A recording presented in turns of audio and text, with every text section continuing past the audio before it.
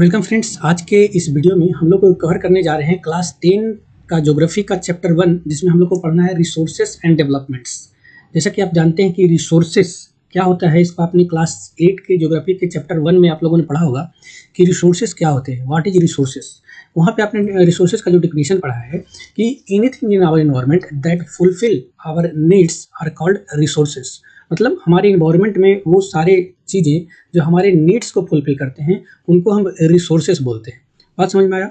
लेकिन जब हम क्लास 10 में आए हैं तो यहाँ पे ये रिसोर्सेस का डिफिनेशन है वो आपको थोड़ा सा यहाँ पे एक्सपैंड किया गया, थोड़ा बढ़ाया गया है, थोड़ा इलोबरेट किया गया है, जिसमें हम लोग को इस नए डिफिनेशन के अकॉर्डिंग अगर बात करते हैं तो इसमें कुछ पैरामीटर्स सेट किए गए हैं। दिया गया है कि anything in our environment that fulfil our needs that is technologically accessible. क्या होना चाहिए? टेक्नोलॉजिकली एक्सेसिबल होना चाहिए। क्या होना चाहिए? एक्सेसिबल होना चाहिए। दूसरी चीज़ इसमें पैरामीटर है वो है कि इकोनॉमिकली फिजिबल होना चाहिए, इकोनॉमिकली फिजिबल होना चाहिए। और थर्ड जो पॉइंट इसमें दिया गया है वो है हमारा कि कल्चरली एक्सेप्टेबल होना चाहिए, कल्चरली एक्सेप्टेबल होना चाहिए। तो ये 3 पैरामीटर्स हैं जो कि आपके क्लास 10 के ज्योग्राफी के रिसोर्सेस डेफिनेशन में ऐड किए गए हैं।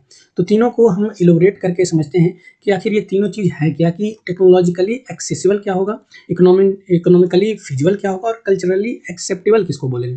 तो अगर हम बात करते हैं टेक्नोलॉजिकली एक्सेसिबल होने का बात, तो इसको हम एक उदाहरण के तौर पे समझते हैं कि अगर कोई सामान, अगर कोई चीज़ है जो हमारे इन्वायरमेंट में पाया जाता है और उसको हम एक्सट्रैक्ट नहीं कर पाते हैं, उसको हम यूटिलाइज नहीं कर पाते हैं due to lack of technology, जिसको हम समझते हैं कि जैसे एग्जांपल एक है कि हमारे इन्वायरमेंट में हम जानते हैं कि कार्बन डाइऑक्साइड बहुत ही ज़्यादा मात्रा में पाया जाता है।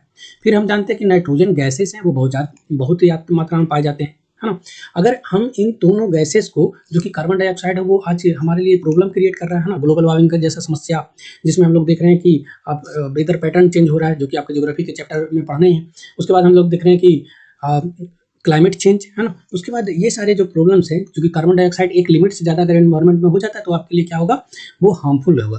तो इसीलिए अगर हम देखते हैं कि अगर ये कार्बन डाइऑक्साइड और नाइट्रोजन गैस को अगर हम किसी तरह ट्रैप कर पाएँ और इसको, इससे हम क्या बना सकते हैं, इससे हम प्रोड्यूसर गैस बना सकते हैं। तो क्या हमारे पास इस तरह का टेक्नोलॉजी है जिसकी मदद से हम बहुत ज़्यादा मात्रा में, है ना, जो प्रोडक्शन लेवल के मात्रा में मास प्रोडक्शन हम क्या इसका कर सकते हैं?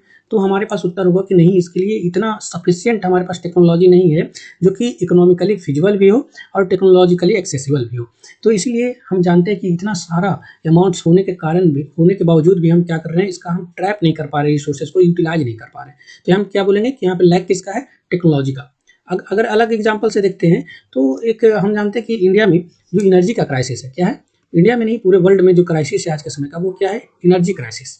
इससे हमको अगर वायुमंडल में, जो कि हम जानते हैं कि हाइड्रोजन गैसेस पाए जाते हैं, अगर हम इसको ट्रैप कर पाते तो क्या हम इस हाइड्रोजन गैसेस का, जो कि जिसके बर्निंग के बाद जो high amount of energy release होता है as a form of heat energy, तो क्या हम उसको ट्रैप नहीं कर पाते? उससे हमारा एनर्जी क्राइसिस दूर नहीं हो पाता, है ना। तो हमको समस्या क्या है यहाँ पे, कि हमारे पास टेक्नोलॉजी नहीं है। क्या है? टेक्नोलॉजी नहीं है। और जो टेक्नोलॉजी आज हमारा, कुछ कुछ बच्चों का होगा कमेंट इसमें कि हाँ टेक्नोलॉजी तो है, क्योंकि हम लोग यहाँ पे ग्रीन हाइड्रोजन का हम यूज कर रहे हैं, जिसको हम ग्रीन हाइड्रोजन भी बोलते हैं, कभी कभार ब्लू हाइड्रोजन भी बोलते हैं ना, अलग अलग टर्म से, जिसका यूटिलाइज करके हम कुछ कुछ नए नए रिसर्च कर रहे हैं, गाड़ियाँ चला रहे हैं। तो अब हम ये समझेंगे इसके बारे में, जब अगले इकोनॉमिकली फिजिबल वाले चैप्टर में जाएंगे तो उसमें हम समझेंगे कि क्या ये इकोनॉमिकली फिजिबल है या नहीं। कहने का मतलब कि हाइड्रोजन को हम ट्रैप कर पा रहे हैं, लेकिन हमारे पास उतना उस हिसाब का टेक्नोलॉजी नहीं है जिससे कि हम डेली यूसेज में उसको हम प्रयोग ला सकें। ठीक है। तो यहाँ पे उस तरह की टेक्नोलॉजी का हमारे पास कमी है। और एग्जांपल से देखें तो हम जानते हैं कि हमारे जो अर्थ है उसका 3/4 पार्ट, हमारे अर्थ का 3/4 पार्ट है वो किससे बड़ा हुआ है? ये वाटर से बड़ा हुआ है। बाकी अगर इतना सारा पार्ट अगर वाटर है तो हमारे पास वाटर का स्कैरसिटी है, फिर भी वाटर का स्कैरसिटी है ना। उसके बाद आकर देखते हैं कि यही वाटर को अगर हम इलेक्ट्रोलाइसिस कर दें तो हम यहाँ से हाइड्रोजन गैस भी पा जाएंगे और ऑक्सीजन गैस भी पा जाएंगे। तो हमको यहाँ से 2 यूजफुल गैसेज मिल जाएंगे, जो कि हाइड्रोजन गैस है और O2 गैसेस है, ऑक्सीजन गैसेस है। तो हाइड्रोजन गैसेस को हम यहाँ पे और ईंधन की तरह, फ्यूल की तरह यूज कर लेंगे, और ऑक्सीजन को आप जानते हैं कि कहाँ कहाँ हम यूज कर पाएंगे। तो क्या आप कहेंगे कि क्या ये टेक्नोलॉजी नहीं है कि हम इसका इलेक्ट्रोलाइसिस कर दें? तो ये प्रोसेस जो कि बहुत ज़्यादा इकोनॉमिकल नहीं होगा, इसमें बहुत ज़्यादा खर्च आते हैं, तो हमको नए नए टेक्नोलॉजी का उपयोग करना पड़ेगा। और इस टेक्नोलॉजी के लिए अगर हम बात करें तो ऐसा हमारे पास टेक्नोलॉजी नहीं है जिससे कि हम इसका मास प्रोडक्शन कर पाएँ। बात समझ में आ रहा है? उसी तरह अगर देखें इंडिया में, कि हम जानते हैं कि इंडिया में एक तरह का रेडियो एक्टिव एलिमेंट जो होता है थोरियम, है ना? थोरियम का यहाँ पे बहुत ज़्यादा डिपॉजिट पाया जाता है। केरल के रीजन में, साउथ के रीजन में थोरियम का डिपॉजिट पाया जाता है। तो अगर इस थोरियम को कहाँ पे यूज़ करेंगे, पहले ये समझिए, क्योंकि ये रेडियो एक्टिव एलिमेंट है, तो जहाँ पे हम यूरेनियम का उपयोग करते हैं ना, यूरेनियम का जहाँ पे उपयोग करते हैं, उन्हीं सभी जगहों पे हम थोरियम का भी प्रयोग कर सकते हैं as a energy, as a atom bomb. इस तरह की चीज़ों को हम क्रिएट करने के लिए थोरियम का प्रयोग कर सकते हैं। मेनली जो हम इसका यूटिलाइजेशन करेंगे वो न्यूक्लियर पावर प्लांट्स में कर सकते हैं, लेकिन हमारे पास इसके लिए एप्रोप्रिएट टेक्नोलॉजी नहीं है जिसके थ्रू हम क्या कर पाएँ, एनर्जी को क्रिएट कर पाएँ। क्या करें, एनर्जी को क्रिएट कर पाएँ, है ना? न्यूक्लियर पावर प्लांट्स में इसका यूटिलाइज कर पाएँ। तो आप समझ गए होंगे कि अगर हम किसी चीज़ को बोलते हैं कि कोई भी जो सब्सटेंस है वो टेक्नोलॉजिकली एक्सेसिबल नहीं है, जो रिसोर्सेस हैं वो टेक्नोलॉजिकली एक्सेसिबल नहीं होगा, तो हम उसको क्या बोलेंगे, रिसोर्स नहीं बोल पाएंगे। तो ये पैरामीटर पे खड़ा उतरना जरूरी है ना? हमारे पास अगर उसके लिए यूज करने के लिए अप्रोप्रिएट टेक्नोलॉजी नहीं है, तो हम उसको क्या बोलेंगे कि वो रिसोर्सेस नहीं होंगे। अगर टेक्नोलॉजी है तभी हम उसको रिसोर्स बोलेंगे। दूसरा जो हमको इसमें पॉइंट पढ़ना है, वो हमको पढ़ना है कि जो रिसोर्सेस होंगे वो इकोनॉमिकली फिजिबल भी होना चाहिए। कैसा होना चाहिए, इकोनॉमिकली इकोनॉमिकली फिजिबल होना चाहिए। इसका क्या मतलब है, इसका मतलब ये है कि अगर कोई रिसोर्स है तो उसको हमको जितना अगर हमको प्रोडक्शन करने में उसका खर्च हो रहा है, उससे ज़्यादा वैल्यू का, मार्केट वैल्यू का प्रोडक्ट वो उसका फॉर्मेशन होना चाहिए। जैसे अगर हम देखते हैं, जैसे हम पिछले ही बात किए कि हमारे अर्थ पे वाटर है वो बहुत मात्रा में पाया जाता है, लेकिन जो अधिकांश पानी है वो कैसे है, वो सलाइन वाटर है। कैसा वाटर है, तो सलाइन वाटर है। ये सलाइन वाटर का जो वैल्यू हमारे अर्थ पे वो 97.5% के आसपास है। और अगर हम देखें फ्रेश वाटर कितने हैं, तो हमारे पास फ्रेश वाटर वो 2.7% है। हमारे डेली यूसेज में जहाँ इरिगेशन की बात आता है, जहाँ हमारा ड्रिंकिंग के लिए बात आता है, जहाँ डोमेस्टिक यूटिलाइजेशन की बात आता है, तो वहाँ पे हम किस चीज़ का यूज़ करते हैं, फ्रेश वाटर का यूज़ करते हैं। और फ्रेश वाटर जो कि मोस्टली कहाँ पाया जाता है, या तो वो ग्लेशियर्स में है, या तो वो रिवर्स में है, या फिर वो ग्राउंड वाटर में है, या फिर वो प्लांट्स में है ना, या फिर एटमॉस्फेयर में है। तो इस तरह से इसका डिस्ट्रीब्यूशन है। तो अगर इतना सारा अगर पानी है, 3/4 पार्ट में सिर्फ वाटर है, फिर भी हमको वाटर का स्कैरसिटी है ना, पोर्टेबल वाटर का स्कैरसिटी है। तो अगर हमारे पास कोई ऐसा टेक्नोलॉजी होता, या फिर अगर हम टेक्नोलॉजी का उपयोग करते हैं, जैसे कहीं-कहीं जहाँ सिर्फ सलाइन वाटर है, तो यहाँ पे हम कुछ टेक्नोलॉजी लगाते हैं, कुछ मेथड का अप्लाई करते हैं, और इससे जो हम प्योर वाटर जो फॉर्मेशन करते हैं, प्योर वाटर का प्रोडक्शन करते हैं, फाइनल प्रोडक्ट में हमको प्योर वाटर मिलता है, फ्रेश वाटर मिलता है। तो इस प्रोसेस में जो हम वहाँ को खर्च होते हैं ना, जो एक्सपेंस होता है वो बहुत ज़्यादा क्या होता है, बहुत ज़्यादा होता है। जिससे अगर हम एग्जांपल के तौर पे देखें कि अगर कोई सामान जो कि हम अगर ₹200 का सामान हमारा फाइनल प्रोडक्ट बना है, जिसको बनाने में अगर हमको ₹500 खर्च हो चुके होंगे, तो क्या हमारे लिए इकोनॉमिकली फिजिबल होगा? क्या हमारे लिए प्रॉफिटेबल होगा? तो ये प्रॉफिटेबल नहीं होगा। तो हमको कोई भी रिसोर्स को ट्रैप करने से पहले, समझने से पहले हमको ये भी समझना होगा कि क्या ये रिसोर्सेस हमारे लिए यूज़फुल है? क्या ये हमारे लिए इकोनॉमिकल है? तो ये प्रोसेस, अगर कोई ऐसा टेक्नोलॉजी आ जाता है जिसकी मदद से सलाइन वाटर को हम प्योर वाटर में या फ्रेश वाटर में ऐसे कम पैसे खर्च करके अगर हम उसको कन्वर्ट कर पाते हैं, तो वो हमारे लिए इकोनॉमिकली फिजिबल हो जाएगा। लेकिन अभी वो इकोनॉमिकली फिजिबल नहीं है। उसी तरह अगर बात करें कि एक तो होता है डायमंड, है ना?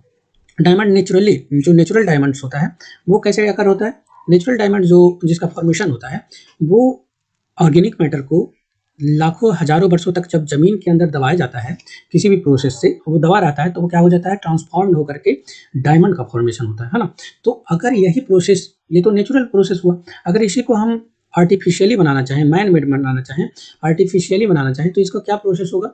इसको बोलते हैं आर्टिफिशियल डायमंड, है ना? क्या बोलते हैं? आर्टिफिशियल डायमंड, या फिर इसको बोलते हैं टेक्निकल वर्ड में लैब ग्रोन डायमंड, जिसको हम लैब में ग्रोन किए हैं, है ना? तो इस प्रोसेस में क्या होता है कि अगर हम ₹100 का डायमंड, मान लेते हैं कि ₹100 का डायमंड अगर हम क्रिएट करते हैं, तो इसको बनाने में लैब में जो खर्च हो जाता है, वो 200 से ₹300 खर्च हो जाते हैं, है ना? तो जितने का हमारा प्रोडक्ट नहीं मिला है, जितने का हमको प्रोडक्ट नहीं मिला, उससे ज़्यादा हमारा क्या है, खर्च है जी, उससे ज़्यादा हमारा क्या है, एक्सपेंस है। तो हम क्या इसको बोल पाएँगे कि ये रिसोर्सेस हमारे लिए क्या है, हमारे लिए प्रॉफिटेबल हैं, हमारे लिए इकोनॉमिकल फिजिबल हैं? क्या हम इसको खर्च को वहन कर पाएँगे? तो नहीं कर पाएँगे। उसी तरह अगर और भी एग्ज़ाम्पल से समझने की कोशिश करें, तो अगर अभी कुछ समय पहले हम लोग देखे होंगे कि हमारा इंडिया में जो गोल्ड का डिपॉज़िट है ना? गोल्ड का डिपॉज़िट है, वो सबसे ज़्यादा अभी पाया गया कहाँ? बिहार में, है ना? बिहार स्टेट में पाया गया है। जो गोल्ड का डिपॉज़िट है वो बहुत ज़्यादा है, पूरे इंडिया में सबसे ज़्यादा है। लेकिन क्या हम इसको ट्रैप कर पा रहे हैं? क्या इसको हम एक्सट्रैक्ट कर पा रहे हैं? तो अभी तक तो इसको एक्सट्रैक्ट नहीं कर पा रहे हैं। क्यों नहीं कर पा रहे हैं? क्योंकि इसका जो डेंसिटी होना चाहिए, जो अमाउंट ऑफ कंपोजिशन होना चाहिए, वो बहुत कम है। मतलब बहुत सारा, इतना सारा अगर हम मिट्टी को खोदेंगे और यहाँ से अगर हम जो गोल्ड मिलेगा, अगर इससे मान लीजिए कि 100 मीटर स्क्वायर में हम इसकी खुदाई कर लिए और उसके बाद जो हमारा जो गोल्ड मिला है वो कितना मिला है? वो मिला 10 ग्राम। तो क्या हमारे लिए प्रॉफिटेबल होगा? जिसका अमाउंट मान लेते हैं कि 40,000 50,000 रुपया है और जो खर्च हो गए इसमें मान लीजिए 5 लाख खर्च हो गए। तो क्या ये हमारे लिए इसको ट्रैप करना प्रॉफिटेबल होगा? तो हम समझ पाते हैं कि इसको ट्रैप करना प्रॉफिटेबल नहीं होगा। तो कोई भी रिसोर्सेज जो कि हमारे लिए इकोनॉमिकली फिजिबल नहीं है, प्रॉफिटेबल नहीं है, तो उसको हम रिसोर्सेज नहीं बोल पाते हैं, है ना? वो हमारे लिए रिसोर्सेज नहीं हो सकता। तो ये पॉइंट आपने समझा होगा। उसके बाद जो थर्ड पॉइंट हमारे पास है वो है कल्चरली एक्सेप्टेबल। कल्चरली एक्सेप्टेबल कहने का क्या मतलब है? कल्चरली एक्सेप्टेबल एक पैरामीटर है जिस पे हम सारे रिसोर्सेज को क्या करते हैं, एक बार कंपेयर करके देखते हैं कि क्या ये हमारे लिए आज का कल्चर, जो आज का मॉडर्न एरा है जिसमें ये सारे रिसोर्सेज हैं, वो यूटिलाइज होने लायक हैं या नहीं। जैसे एग्जांपल के तौर पे हम समझते हैं कि जैसे पिछले ज़माने में 10 को पहले जो हमारे यहाँ एग्रीकल्चर के लिए जो चीज़ें प्रयोग में लाया जाता था, मशीनरी जो उपयोग में लाया जाता था, वो या तो हैंडमेड होता था, है ना? या तो वो उसको ह्यूमन खुद काम करते थे खेतों में, या फिर जो हमारा प्लॉगिंग का जो काम किया होता था, जो खेत की जुताई, निकाई, गुड़ाई हुआ करता था, वो किसके द्वारा हुआ करता था? वो बैल, है ना? बैल के द्वारा हुआ करता था, है ना? और बहुत सारे छोटे-छोटे जो हमारे यहाँ टूल्स हुआ करते थे, वो हैंडमेड हुआ करते थे, है ना? छोटे-छोटे लकड़ियों के बने हुए, पत्थर के बने हुए, इन सारी चीज़ों का हम उपयोग करते थे। क्या ये सारी चीज़ें, है ना, बैल से आज खेत की जुताई हो रही है? नहीं हो रही है। टूल्स जो हैं वो मशीनराइज़ हो गए हैं, है ना? हैंडमेड प्रोसीजर खत्म हो चुका है। ह्यूमन अब क्या कर रहे हैं? ना ही हार्वेस्टिंग कर रहे हैं और ना ही उसका हम प्लांटेशन कर रहे हैं। सारी जो चीज़ें हैं वो मशीनराइज़ हो गई है। हार्वेस्टर के थ्रू हम देख रहे हैं कि उसका अभी हार्वेस्टिंग किया जाता है। जो खेत की प्लॉगिंग होती है वो मशीनरी ट्रैक्टर्स के थ्रू होता है। जो टूल्स हैं वो हाई हाई टेक्नोलॉजी के टूल्स आ गए हैं। तो हम कह सकते हैं कि ये जो सारी टेक्नोलॉजी जो पहले एक समय में यूज़ किए जाते थे, जो प्रोसेस यूज़ किया जाता था, वो अब कल्चरली एक्सेप्टेबल नहीं है इस मॉडर्न वर्ल्ड में। तो ये क्या हो गया? कल्चरली अनएक्सेप्टेबल हो गया। यहीं पे अगर और एग्जांपल्स के देखें तो हम लोग जो पहले ट्रांसपोर्टेशन, नेविगेशन के लिए जो हम सामान यूज़ किया करते थे, वो कैसे होते थे? हम या तो बैलगाड़ी से जाते थे, है ना? उसके बाद कार्ट से जाते थे, या फिर हम घोड़ा गाड़ी से जाते थे, हॉर्सेस की मदद से जाते थे, या फिर एलिफेंट की मदद से हम देखते हैं कि राजा महाराजा इसके थ्रू एक जगह से दूसरे जगह मूवमेंट किया करते थे, नेविगेट किया करते थे, है ना? ट्रैवल किया करते थे। लेकिन आज के समय में जो हम टेक्नोलॉजी यूज़ करते हैं, वो हम लोग देख रहे हैं कि कार्स का यूज़ करते हैं, मेट्रोज़ का यूज़ करते हैं, हम रेलवेज़ का यूज़ करते हैं, है ना? उसमें भी अगर हम देख रहे हैं तो रेलवे में भी हम इलेक्ट्रिफाइड रेलवे की बात करते हैं, इलेक्ट्रिफिकेशन की बात करते हैं। उसके बाद हम इसमें बात करते हैं तो वो आजकल मेट्रो में भी हम देख रहे हैं कि कोई हाइड्रोजन से चलने वाले ट्रेन्स जो चल रहे हैं, है ना? जो जर्मनी है या फिर चाइना है, यहाँ पे इस तरह के ट्रेन्स चल रहे हैं। तो अगर अगर हम ये बात देखते हैं कि क्या ये जो हॉक्स, बुल कार्ट्स जो हुआ करता था, हॉर्सेस जो हुआ करते थे, एलिफेंट्स जो हुआ करता था, वो आज के समय में आउटडेटेड हो चुका है या नहीं हो चुका है? कल्चर इसको एक्सेप्ट कर रहा है या नहीं कर रहा है? नहीं कर रहा है। तो ये कल्चरली अनएक्सेप्टेबल हो गया। अगर आप एग्जांपल्स के तौर पे और भी बहुत सारी चीज़ें होंगी कि जैसे हम लोग जो जो चीज़ें पहले यूज़ किया करते होंगे, जैसे कपड़े की जगह हम लोग जो यूज़ करते थे, वो वस्त्र की जगह हम क्या यूज़ करते थे? पेड़ की छाल, है ना? पत्ते यूज़ करते थे। तो वो क्या रिसोर्सेस उस समय के लिए हुए होते होंगे क्योंकि उनके नीड्स को फुलफिल कर रहे होंगे। लेकिन क्या आज हमारे वो नीड्स को फुलफिल कर पा रहे हैं? नहीं कर पा रहे हैं। तो वो हम उसको रिसोर्सेस बोल पाएँगे? तो नहीं। एज़ ए क्लॉथ रिसोर्सेस हम उसको नहीं बोल पाएँगे। ठीक है? तो यही चीज़ों को आपको समझना है। तो आपको समझ में आ गया होगा कि कैसे-कैसे होते हैं। ये तीनों पैरामीटर को हमने एग्जांपल्स के साथ समझा कि पहले तो रिसोर्सेज कैसे होने चाहिए?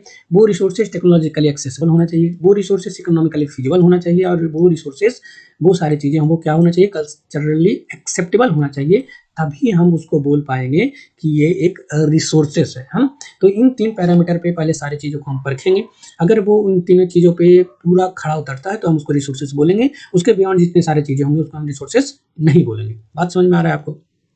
उसके बाद जो हमको चीज़ें पढ़नी है इसमें कि रिसोर्सेस हैं, उसको हम कैसे फॉर्मेशन करते हैं, उसका हम डेवलपमेंट्स कैसे करते हैं। तो एनसीईआरटी में आपको एक डायग्राम दे रखा है, जिसको हम एक बार समझाने का कोशिश करते हैं कि हम लोग क्या करते हैं कि नेचर से कुछ इस तरह के जो सामान है जो हम ले आते हैं। जैसे नेचर से हमने माइनिंग किया, है ना? ग्राउंड से हमने खोदा, ज़मीन के अंदर से खुदाई की और वहाँ से कोई हम मिनरल्स, है ना?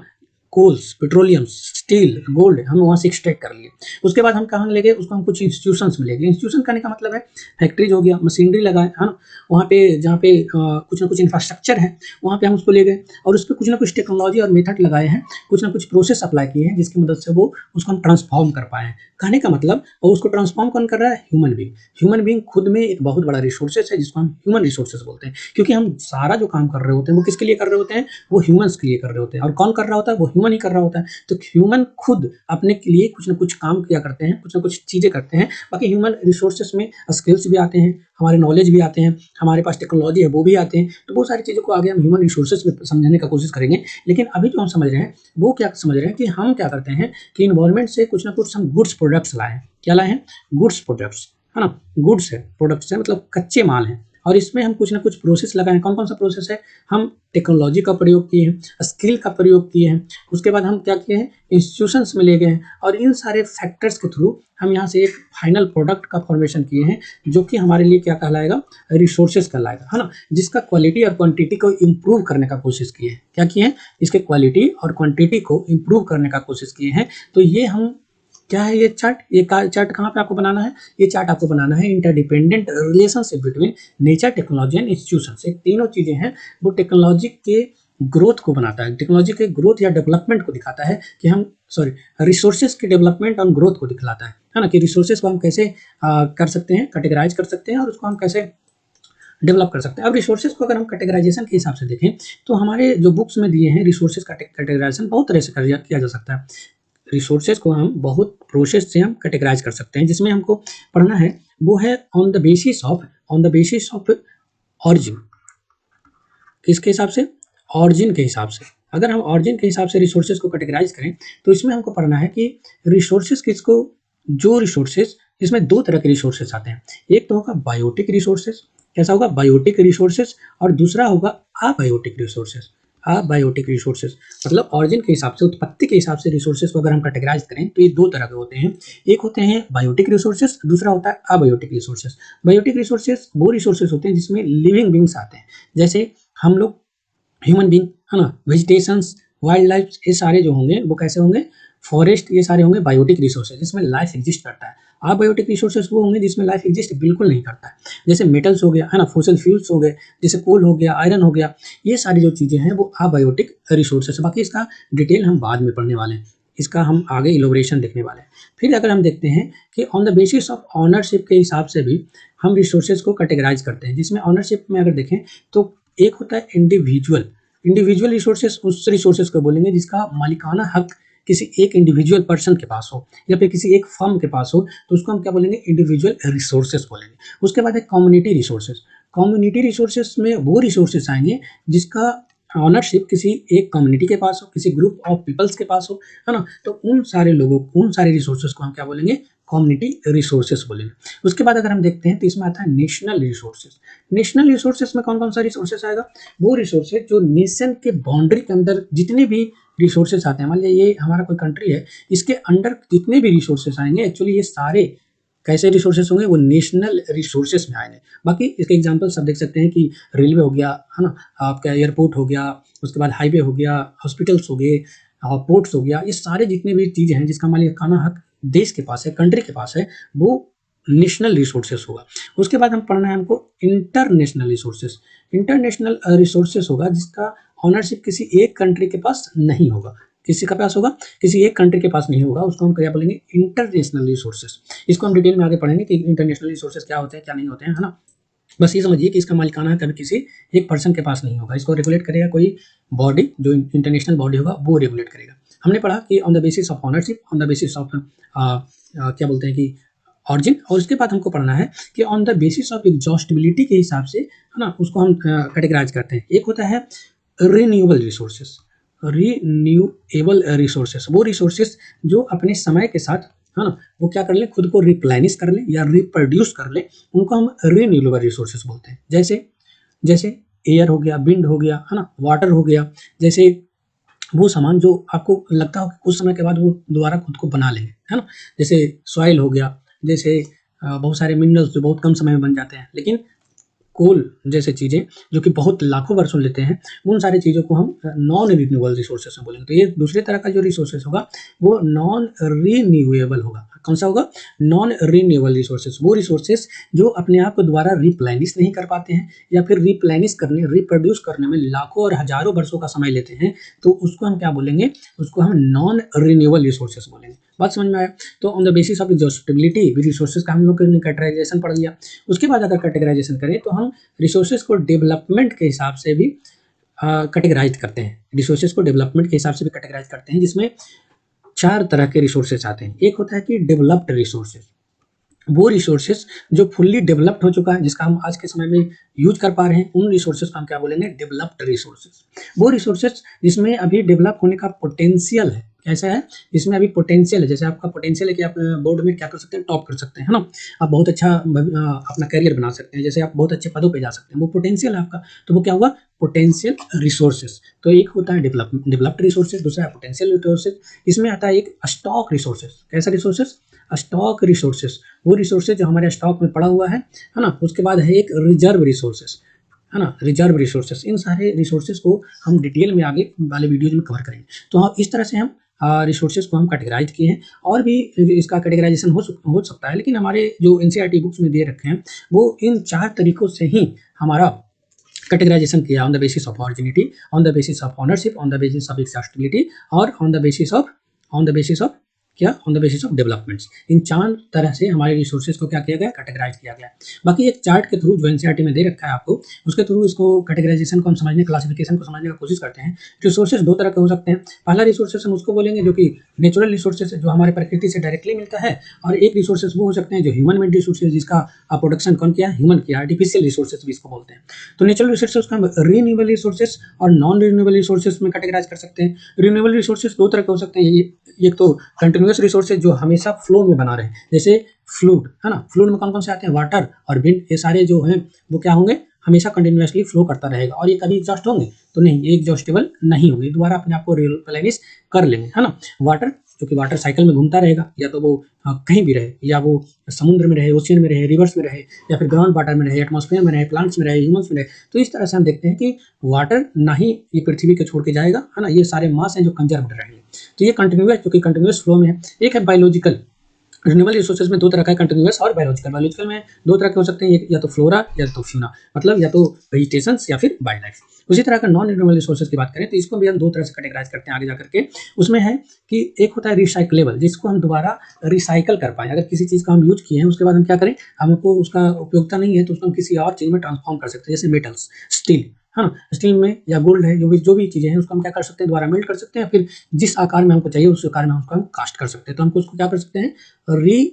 यूज कर सकते हैं, है ना? रिसाइकल कर सकते हैं। उसके बाद इसमें आता है नॉन रिसाइक्लेबल, वो रिसोर्सेज जो जिसको हम दोबारा रिसाइकल नहीं कर सकते, मतलब उसको दोबारा हम यूज नहीं कर सकते। जैसे फॉसिल फ्यूल्स, जैसे कोल को अगर एक बार हम जला देते हैं तो क्या उसको हम दोबारा यूज कर पाएंगे? पेट्रोलियम को अगर एक बार जला देंगे तो क्या उसको हम दोबारा यूज कर पाएंगे? नहीं कर पाएंगे।